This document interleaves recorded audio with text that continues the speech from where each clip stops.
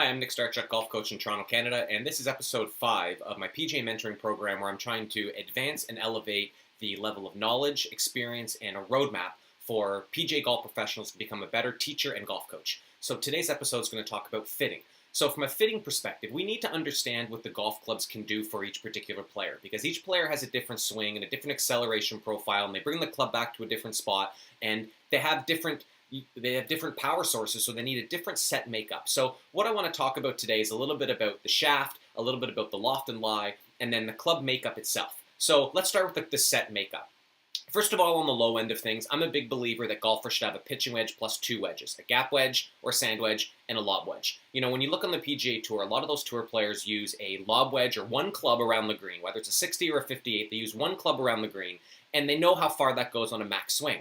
Then they know how far their pitching wedge goes on a max swing, and then they fit a wedge to a certain degree, 52, 53, 54, in the middle of those. Because if they have a pitching wedge plus 2 makeup, it gives them more options to have more clubs on the high end of things. So on the high end of things, you know, if a player's 215 or 20 yards from the green and they're in the rough, they're probably not going to be able to hit the same club as they would off the fairway. So if we've got a 21 or 22 degree 4-iron, and then you have a 20 or 21 degree hybrid club, those two clubs, even though they have the same number of loft, they're going to react totally differently because the hybrid's built differently and the shaft's going to be longer, so we're going to get more out of it. And you're going to be able to advance that ball from the rough much better than you'd advance a long iron from the rough. So when we're looking at the set makeup and we're looking at the lofts, writing all the lofts down on a piece of paper and making sure that all the gaps are pretty, a nice consistent 3.5 or 4 degrees in between. It might look good on paper, but that might be practically unpractical when it comes down to what they're actually doing on the golf course. So if a player doesn't hit the ball very far, they're probably going to need more clubs on that long end. Or if they do hit the ball very far and they have more opportunities to go for par 5s and 2, again, you're going to need more clubs on that long end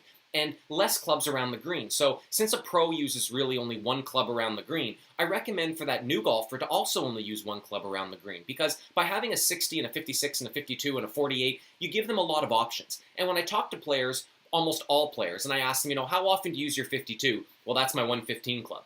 I'm like, okay, well, what do you use from 100 yards? Sand wedge. And what do you use from 125 yards? Pitching wedge. So the 52 and that gap wedge number is really only on a full shot at that number. So it might get used once a round, maybe 3 times in a 4-round tournament. So we're going to evaluate the proper gapping or the proper clubs to make up a set by not evaluating the loft, but how far the ball carries, not only from the fairway, but also from the rough. So when you look at that next set of clubs, whether for yourself or for one of the players that you're working with, just take a look at how far they hit their long clubs and what they prefer to use around the green, and I think that you can start to optimize that club set for them. So when it comes to the loft, back when I started playing golf in grade 9, whatever my 9-iron loft was at the time, well, that's today's pitching wedge. And my 7-iron back in the day is now today's 8-iron. Because of the technologies of the ball, we can strengthen the loft a little bit and get that ball up in the air and performing the same way. But also, from a fitting perspective, you can now tell that golfer who's got a 10-year-old set of clubs, hey, you hit your 8-iron 140 and this 8-iron goes 150. I got you 10 yards. Go ahead and now you got to buy these clubs. It's a great selling tool, but as long as the ball actually performs well. There are some clubs out there that launch the ball high, wonderful, but launch the ball with such low spin that when the ball hits the green, it's going to bounce over. So now that player has to react and compensate somewhat to the ball bouncing and rolling out more.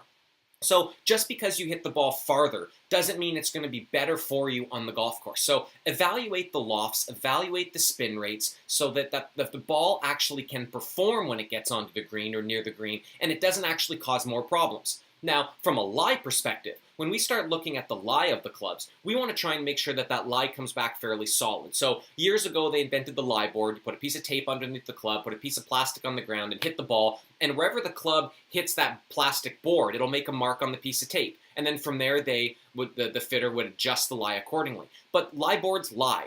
What that's done is it's created somewhat of a false positive because the club doesn't get to go through the ground the way it normally does. So lie angles over the past few years have got more and more upright. I remember reading a story about Ben Hogan's clubs being 4 or 5 degrees flatter than the standard, which was years ago. So that would mean a 57-degree lie angle on a mid-iron. Well, now today's standard mid-iron is about 63 degrees. And I understand the philosophy behind that, trying to get the ball to start a little bit, online and not have the ball fade so much, but it's kind of building in another error all in itself. So when it comes to the lie, I really recommend putting a line, a Sharpie line on the ball, put the ball on the ground, hit a ball, and then take a look at how that line paints itself on the club face. If it's not straight up and down, it needs to be adjusted. Now, if you don't have a Foresight GCQuad that actually gives you those numbers, that's the best way to do it. I see it happening all the time on the PGA Tour, and if the line's not right, run into the trailer or the tour truck, bump it up or bump it down a little bit, and all of a sudden, the ball's going to start a little straighter. So the lie on the golf club helps project the ball on a straighter line, and if the lie is more upright, well, that's going to project the face a little more left, and if the lie is too flat, it's going to project the face a little more right. So if a lie is too flat, there's a good chance that that golfer can hit the ball a little too far to the right and might have a little more fade to it. Now, a really good club fitter is going to recognize the ball flight of the player, and you can actually adjust the lie angle relative to how they hit the ball. And so if the player hits too big of a draw, you can bump the lie angle down a little bit, and it's going to straighten out their ball flight. So the art of fitting takes all the science and takes all the math into equation, but then evaluates that and changes it based on what that particular golfer needs. So from a loft and lie perspective, I recommend all coaches getting a Mitchell loft and lie machine so you can actually check it for your golfer and bend it on the spot so that you can start progressing their game a little bit faster. Big thing, loft and lie. So the next thing comes down to shaft, the shaft weight and the shaft flex.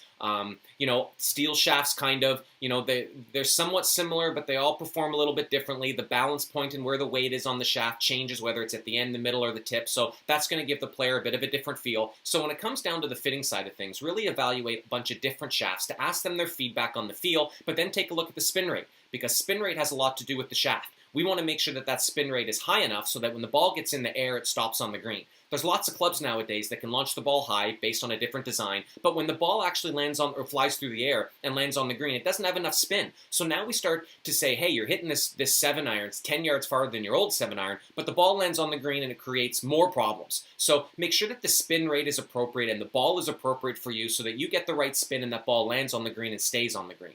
Big thing. So lie angle, loft, club head makeup, how all the spin works, the shaft that goes with it, and then the grip itself. So I have lots of adults that use junior grips based on the size of their hand. So we want to make sure that the size of the hand reflects very much into what grip we put into a player. If you've got big hands, go with a mid-size grip. Gone are the days where we build up with a whole bunch of tape and take a regular grip and make it bigger because it makes it heavier. The whole golf club gets heavier and it affects the swing weight. So try and have a whole bunch of grips nearby to evaluate what that particular golfer needs in order to optimize how they swing the golf club. So that's a big piece of it too.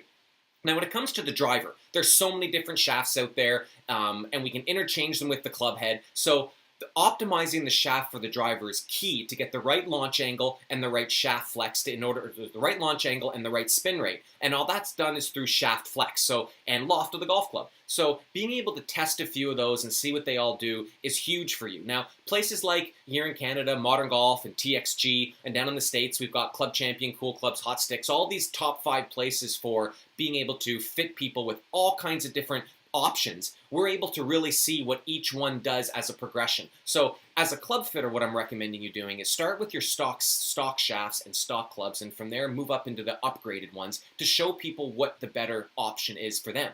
It might not be that they need that extra $200 or $300 shaft. They might perform just as good with a stock shaft, but give them the option first. So when we're fitting people for golf clubs, taking a look at how the club performs, making sure that the loft is appropriate so that their gaps are consistent, and we make sure that those gaps don't just look pretty on paper, that they're gapped well enough from a yardage perspective so that the golfer can have lots of shots depending on the lie of their club, the lie of the situation.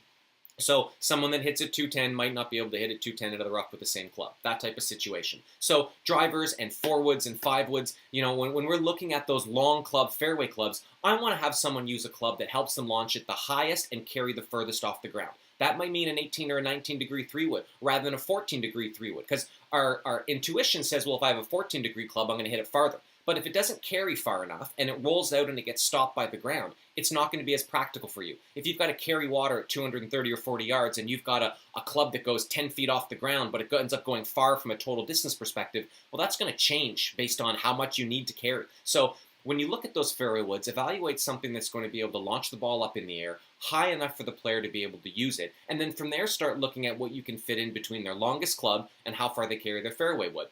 Most golfers need 2 clubs in between there. 4-iron, maybe a long iron or longer iron and a hybrid club, and then jump into the fairway wood, and gives them a chance to use that pitching wedge plus 2 wedge selection in their makeup. So when we're looking at club fitting and you're starting to see how your golfer reacts to it, you can really improve golfers' games by making sure they have the right equipment. So, if you're a pro at a private club, go through the bag rack, take a look at some of the golfers, the bags in there, and see if there's anything that might be old technology or, the grips are worn down or whatever it may be, and go up to your member and say, hey, I noticed that this is going on. What if I bring some clubs out to the range and we try some stuff? Because nowadays, if a golfer can get 20 or 30 yards with a new driver, they're going to buy it. So sell it to them. If they're able to have better performance out of some fairway woods because their old ones are made of wood and now you're going to give them a new M5 or M6, they're going to get so much more out of it. It's going to sound better. It's going to feel better. And they're going to get more out of it. So take a look at what golfers have, what your golfers have.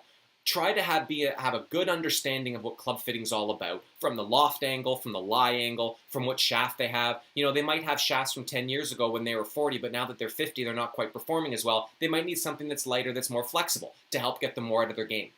So fitting is a huge component to coaching and to teaching. And I think that the best coaches and best teachers also have a very strong background in fitting. And I think that we're starting to see that some fitters are getting into a little bit more of the coaching background because they've got all these technology tools like Foresight GCQuad, which gives us the path and the angle of attack. And if someone's coming in with hitting down 10 degrees with their driver, that fitter needs to be able to make a tweak on the spot to get that more shallow, closer to zero, maybe even up, so they can optimize their driver. And then from there, we get the right shaft, the right lie, the right loft in that driver, and spin rate, and they can start hitting it farther right away. So really start to look at all of the different options out there and different companies that are doing club fitting seminars so that you can elevate your game and elevate your knowledge when it comes to the golf club side of things. And then from there, you can start helping your players more than just their golf swing and their core strategy.